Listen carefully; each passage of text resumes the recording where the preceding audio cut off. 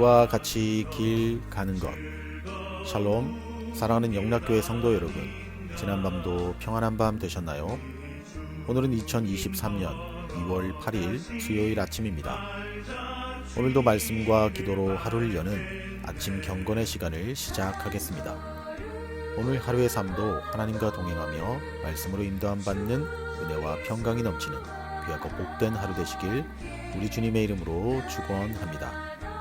함께 부르실 찬송은 찬송가 545장 이 눈에 아무 증거 아니 배워도입니다. 함께 찬송하시겠습니다.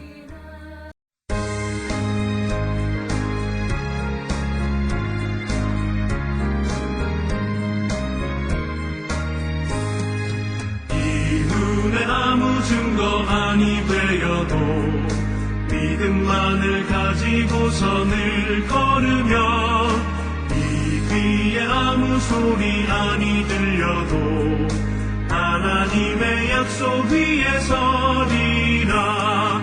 걸어가세 믿음 위에 서서 나가세 의심 버리고 걸어가세 믿음 위에 서서 눈과 귀에 아무 증거 없어도 이 눈이 보기에는 어떠하든지 이미 얻은 증거대로 늘 믿으며 이 맘에 의심 없이 살아갈 때에 우리 소원 주 안에서 이루리. 걸어가세 믿음 위에 서서 나가세 의심 버리고 걸어가세 믿음 위에 서서 눈과 귀에 아무 증거 없어도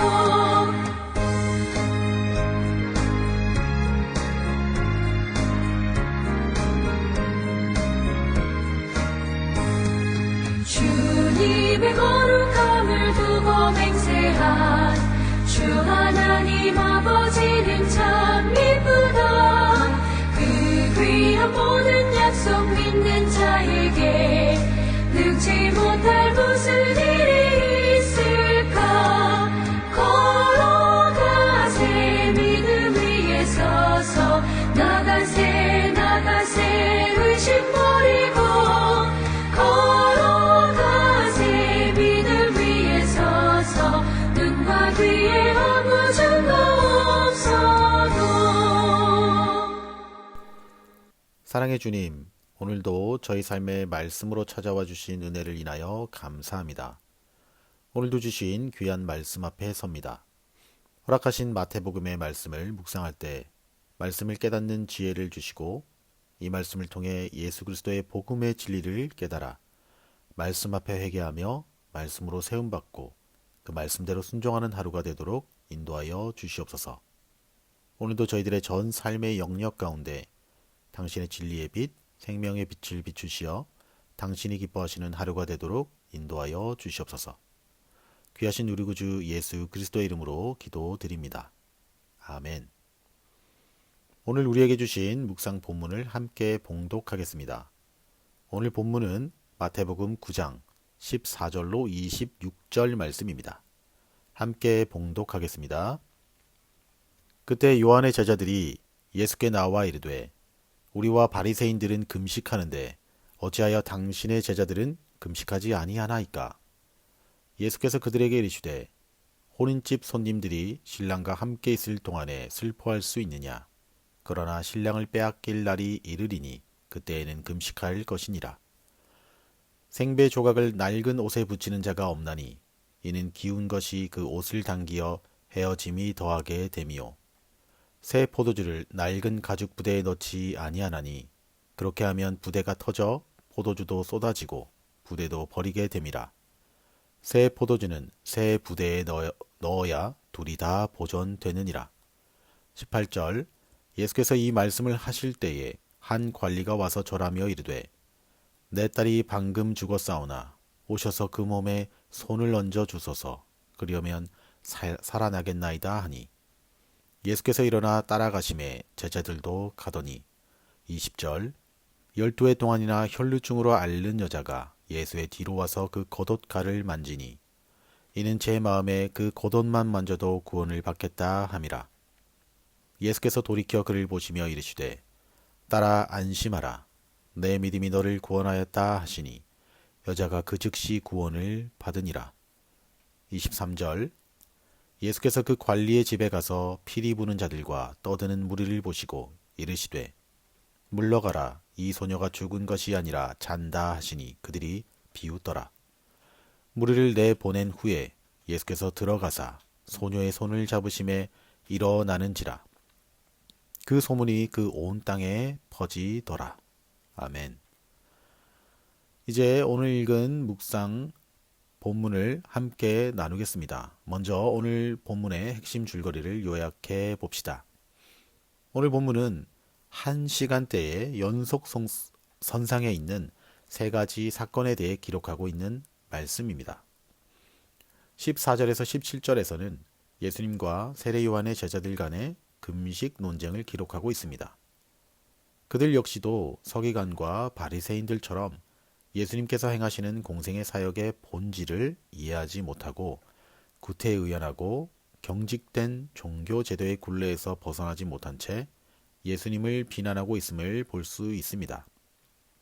특히 그들은 주님께 금식에 관한 문제를 제기함으로써 은근히 자신들의 경건함을 과시하는 한편 예수님과 제자들이 무절제하고 향락적인 삶을 영위하는 것처럼 매도했습니다.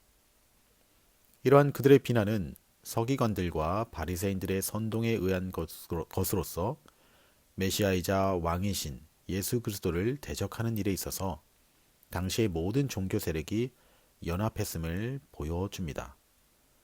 마치 낡은 부대와 같았던 당시의 유대 종교는 예수 그리스도께서 선포하시는 천국 복음을 결코 수용할 수 없었습니다. 그렇기에 본문은 예수님께서 제시하시는 역동적인 삶과 교훈을 받아들이기 위해서는 그야말로 전혀 새로운 자세가 필요하다는 사실을 강조하고 있다 하겠습니다. 다시 말해 예수님께서는 당신의 오심으로 도래한 하나님 나라에서는 새로운 기준이 요구됨을 말씀하고 계신 것입니다. 예수님은 결코 금식의 불필요성에 대해서 말씀하시는 것이 아니라 오직 그리스도와 더불어 이미 세상에 도래한 하나님 나라의 백성으로서 성도들이 누려야 할 희락에 찬 삶의 특성을 역설하고 계신 것입니다. 그리고 18절로 26절까지는 예수님께서 회당장 야이로의 딸을 살리신 이적과 회당장의 집으로 가던 도중에 12회를 혈루증으로 앓던 여인이 고침받는 사건에 대해 기록하고 있습니다. 특별히 본문은 그리스도께서 죄의 결과인 죽음마저 정복하셨음을 잘 보여줌으로써 그 안에 생명이 있음과 주님께서 인류를 죄에서 구원할 참된 메시아이신 것을 분명하게 드러내고 있다는 데서 그 의의가 매우 크다 할 수 있는 말씀이었습니다.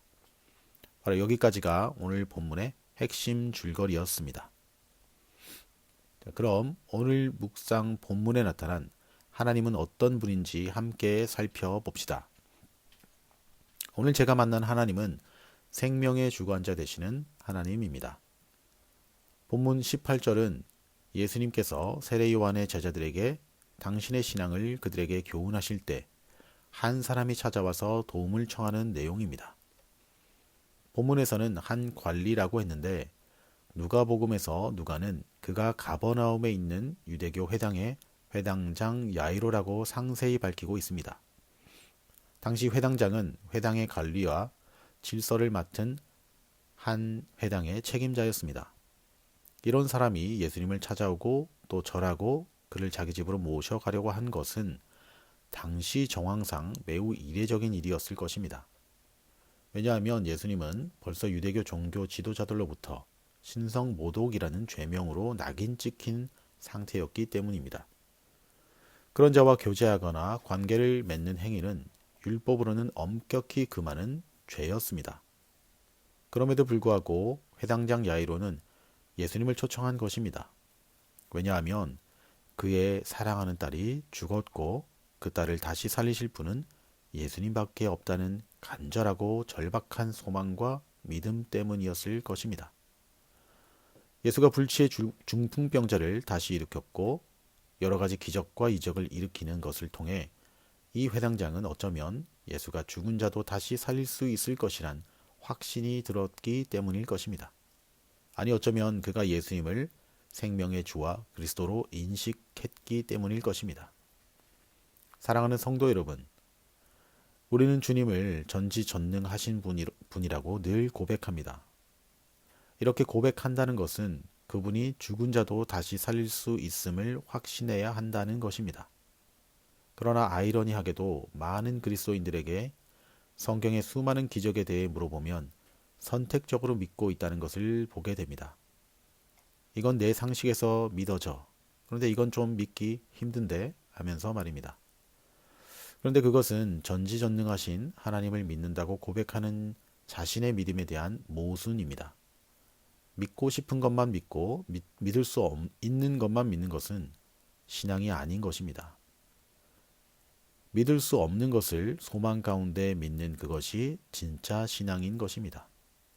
그렇게 히브리서 기자는 히브리서를 통해서 이를 잘 말씀하고 있습니다. 나 자신에게 부활의 소망이 있음을 믿고 소망과 기쁨으로 신앙생활을 해야 합니다. 이와 같은 굳건한 믿음이 없기에 우리는 어떤 문제에 직면했을 때 좌로나 우로나 치우치기도 하고 넘어지기도 하는 것입니다. 그렇게 온전한 성도는 이 부활의 믿음을 가진 성도인 것입니다. 이 시간 다시 한번 우리의 입술을 열어서 이렇게 선포합시다. 내가 믿는 하나님은 생명을 주시기도 하시고 거두기도 하시는 온 우주 만물의 주인 되시며 우리 생명의 주관자이십니다. 아멘. 이제 오늘 묵상 본문이 나에게 주시는 교훈과 메시지를 살펴보겠습니다. 오늘 본문이 우리 모두에게 주시는 교훈은 하나님 섭리의 다양성과 개인의 신앙 표현의 다양성을 인정할 줄 알아야 한다라는 사실입니다. 본문 14절을 보면 요한의 제자들은 예수님께 이렇게 묻습니다. 우리와 바리새인들은 금식하는데 어찌하여 당신의 제자들은 금식하지 않습니까? 이 질문 속에는 우리는 자신만의 종교적 편견에 사로잡힌 자들의 모습을 보게 됩니다.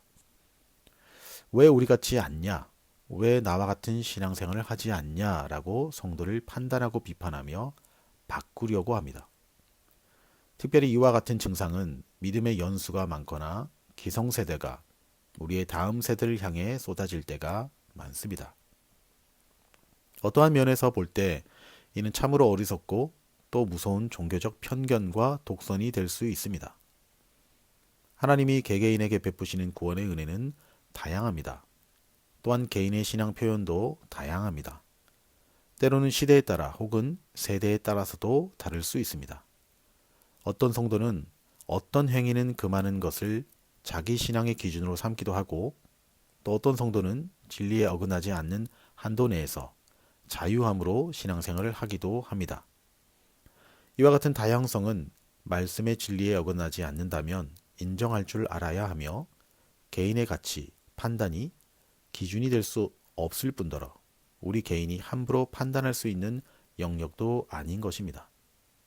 사도 바울 역시도 로마서 14장에서 이와 같은 다양성을 인정했습니다. 사랑하는 성도 여러분, 사람마다 은혜의 체험과 또 그 신앙 표현이 다 같을 수가 없습니다. 중요한 것은 겉이 아니라 속에 있는 신앙의 진위이며 표현보다 열매가 중요한 것입니다. 우리가 믿는 개신교 신앙은 신앙의 표현보다 열매를 중시합니다. 신앙의 표현이 제 아무리 경건해 보이고 거룩하게 보여도 그 삶의 복음의 열매와 그의 성령의 열매를 맺지 못하는 사람은 불경건하고 불순종한 자로 주님은 간주하십니다. 그러므로 우리 성도들은 지체의 신앙 체험과 그 신앙의 표현이 나와 같지 않다고 비판하는 어리석은 사람이 되지 않도록 주의해야 할 것입니다. 만일 내가 보이는 신앙의 행위나 본이 다른 이들이 볼 때 자신의 것에 비해 더 바르다고 판단된다면 그들 스스로가 바른 판단을 통해 바꾸고 변화할 것입니다. 그것은 나 역시도 마찬가지입니다. 내가 옳다고 생각했던 신앙의 행위, 신앙의 표현들이 하나님이 기뻐하시는 온전한 열매로 결실하지 못한다고 생각한다면 나 역시도 고칠 수 있고 바꿀 수 있는 열린 마음, 열린 믿음이 때로는 필요한 것이라는 말입니다. 따라서 남의 신앙의 행태에 대해 비판한다는 것은 이미 내가 그 사람에 대해 판단하는 하나님의 자리에 서 있다는 반증인 것입니다. 판단은 오직 우리 하나님만 하실 수 있는 영역인 것입니다. 저와 여러분 모두가 하나님께서 개개인에게 역사하시는 구원의 섭리와 은혜의 다양성, 개개인의 신앙 표현의 다양성을 열린 마음으로 바라볼 수 있고 수용할 수 있는 건강하고 건전한 신앙을 소유한 성도님들이 다 되시기를 우리 주 예수 그리스도의 이름으로 축원합니다. 기도하시겠습니다. 하나님 아버지, 오늘 이 아침에도 주님의 귀한 말씀, 지혜의 말씀을 듣게 하시고 깨닫게 하심을 감사드립니다. 오늘 받은 이 말씀 그대로 그 은혜가 충만하게 역사하도록 오늘 하루도 인도하여 주시옵소서. 이제는 우리 구주 예수 그리스도의 은혜와 하나님 아버지의 지극하신 사랑하심과 성령님의 감화 감동 위로 교통 충만케 하심이 생명의 주관자 되신 하나님이 우리에게 베푸신 구원의 섭리와 은혜가 다양하듯 우리 각자의 신앙의 표현도 다양함을 인정하며 교회를 더욱 건강하게 세워가기를 다짐하는 아침 경건의 시간에 참여한 모든 성도들 한 사람 한 사람 머리 위에 지금으로부터 영원토록 함께 없시기를 간절히 축원하옵나이다. 아멘.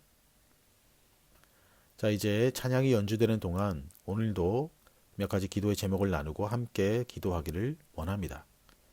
첫 번째 기도의 제목은 오늘도 우리 각자가 묵상한 말씀을 생각하시면서 기도합시다.